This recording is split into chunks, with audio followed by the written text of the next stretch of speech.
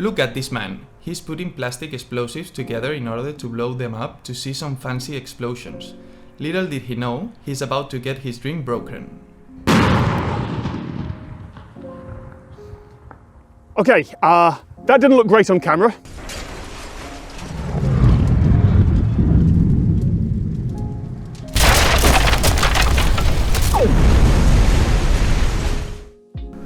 Pyrotechnics are the art of crafting explosions in films. We all love them, don't we? They are fancy, dramatic, and exciting on screen. However, in order to get these special effects and not this, many tricks are pulled out in the film industry. In order to create the bomb, pyrotechnicians tend to use black powder as its core element since this produces more smoke. The black powder is put into a plastic container wrapped with tape. By logic, the tighter, the more explosive it will be. When ignited, it will release a bright flash. We can give it color by mixing black powder with metal fillings. Depending on the substance, it is obtained one or another color, such as copper filling for the flash green tone, iron filling which produces a shower of yellow sparks, or strontium nitrate for a more reddish flash. But an explosion won't look as powerful if there isn't stuff flying around, right? For this task, mortars are used, not the ones used to launch projectiles. These are tube-shaped steel containers which you can put the black powder bombs with materials on top of them. When ignited, these things fly into the air. These are usually buried underground. Now, what's left? Oh yeah, the clouds.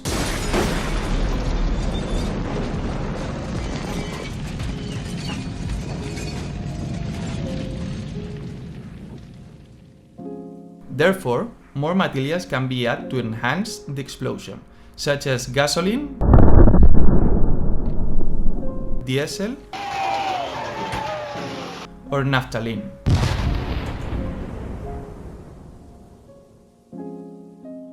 That's all for the flamboyance of explosion, and they cannot cause as much damage as real one. To really break apart the model or environment, real explosives are used in conjunction with the black powder bombs. Primacore is one of the most used materials. These explosive strings, yes, literally explosive strings, are used to cut and tear apart materials, as you can appreciate in this helicopter losing its tail or this watermelon. Regarding the camera, in a non-miniature pyrotechnics, the stuntman only have one chance to get the right shot, whereas in miniature pyrotechnics, a minimum of 3 takes are required in order to get a good final shot. First of all, the camera is placed in a long distance, filming with a high lens to create an illusion being nearer to the explosion. Since an explosion goes by quickly, the common trick is to film with a higher frame rate. Other might consist of putting more than one charge and overlapping them, or even recording the explosion can be also used to make the explosion longer in editing process.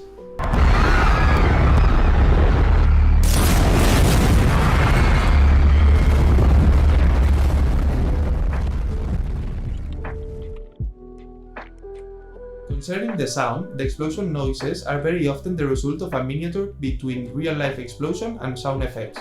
This way, the editors can produce a much more impressive sound that, together with the visuals, give goosebumps to the audience. This is an example of the difference between a real-life shooting explosion and the same scene after the post-production.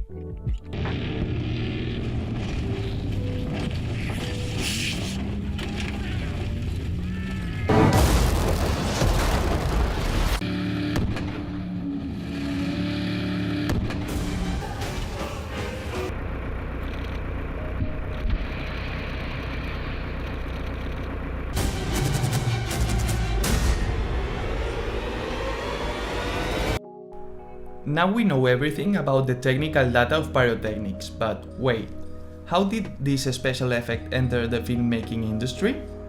Well, it was the very beginning of the 20th century when there was a common objective of improving the cinematographic experience.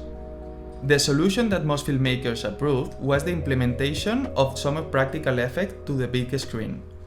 One of those was pyrotechnics. However, its inclusion had a second reason. It was about that time that one of the most horrible man-made disasters took place, the First World War. You'll be wondering what relation this work might have with pyrotechnics. It's quite easy to understand.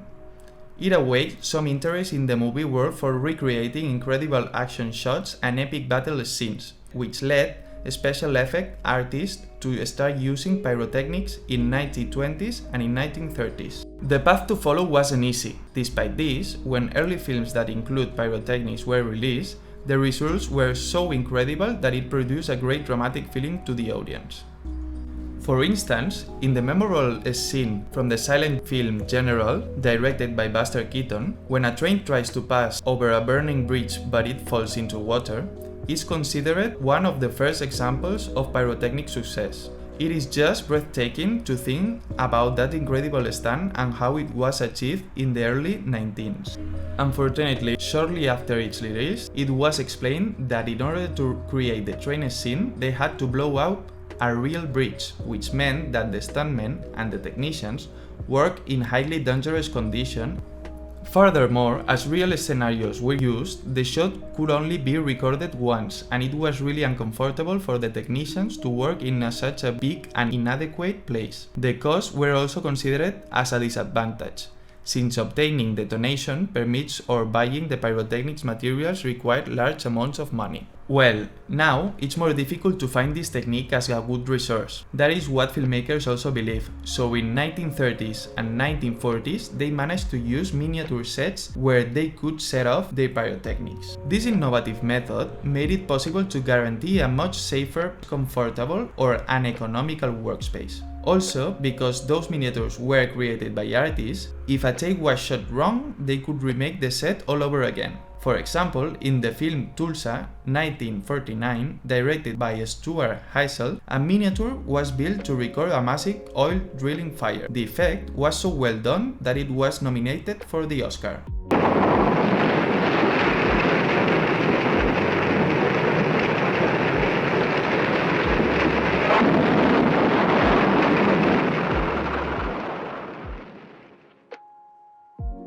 One of the first filmmakers to work with pyrotechnics was George Méliès, who is undoubtedly one of the most important pioneers of the cinema. He was a great innovator and creator, and he went way ahead his time using many kinds of special effects in his film, including pyrotechnics. In his works, we can often see how smoke is being used to create an illusion of objects or people disappearing, as in A Trip to the Moon, where the aliens vanish after being killed. Or it can also serve as a tool to create ghosts, as in the film The Infernal Cauldron.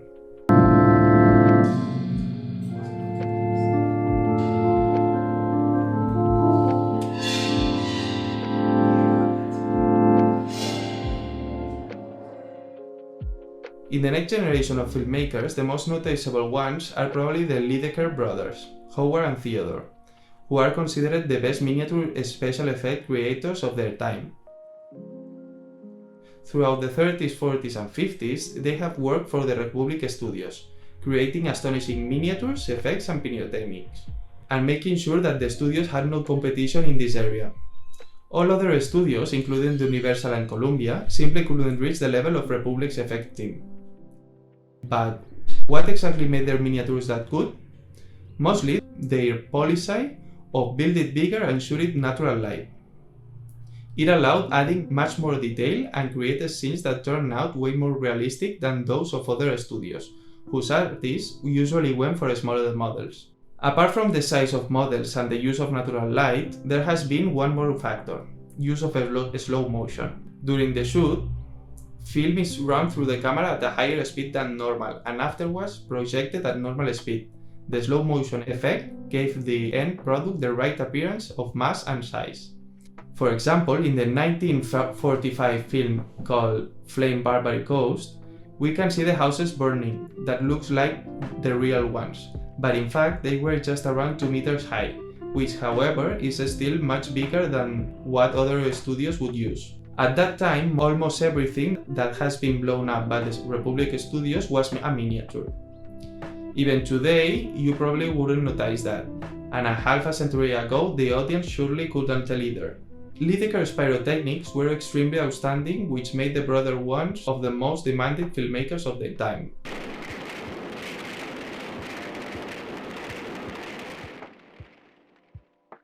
Even though most miniatures and full-size pyrotechnics are astonishing, some of them go beyond that, just as the destruction of the Death Star in Star Wars: A New Hope.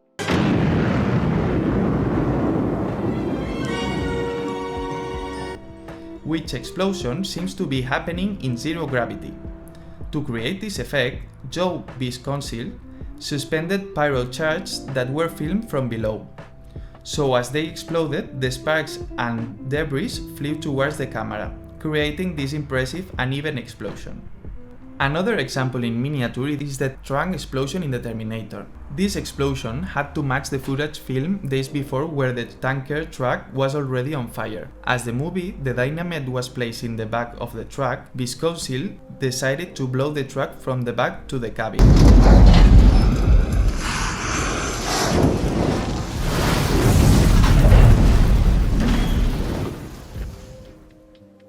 In the movie Cliffhanger, Tate Morris created the helicopter explosion for one of the last scenes in the film.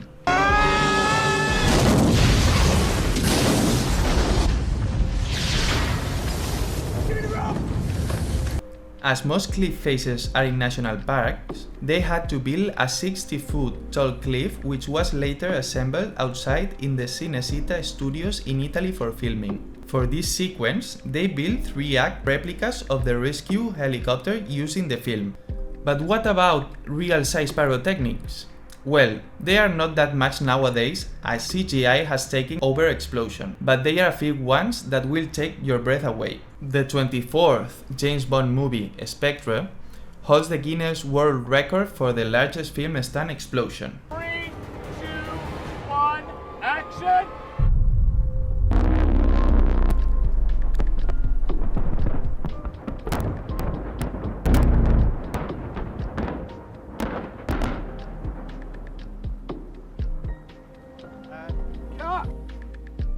Either way, one of the most impressive pyrotechnics of this time is the tanker explosion in Mad Max Fury Road. George Miller, the director of the film, decided to use practical effects for the sake of doing something different. The VFX company involved in the project had a remote control truck which blew off in an expansive desert while it was roading. For the explosion, they used thousands of liters of fuel as petrol, which was detonated with Primacord.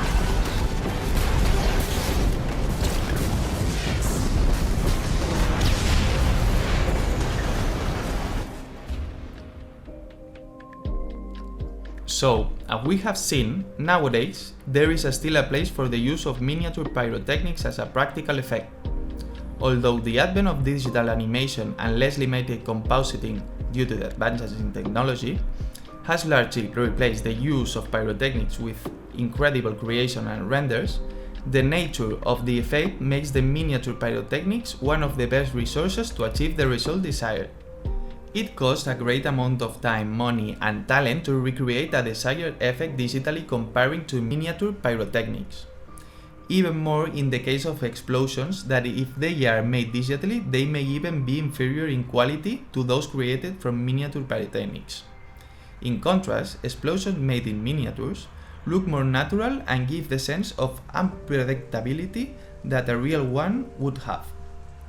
One of many examples may be the film Inception, from Christopher Nolan, 2010.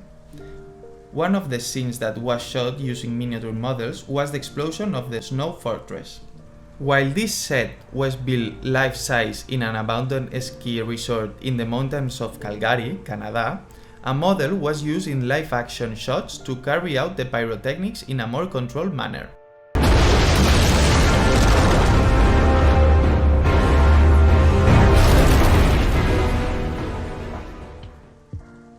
In conclusion, as we have seen so far, pyrotechnics and miniature pyrotechnics have an essential role in film production, especially in action films. Such a breathtaking technology can indeed produce a dramatic effect on the viewers and enhance the essence of the film itself.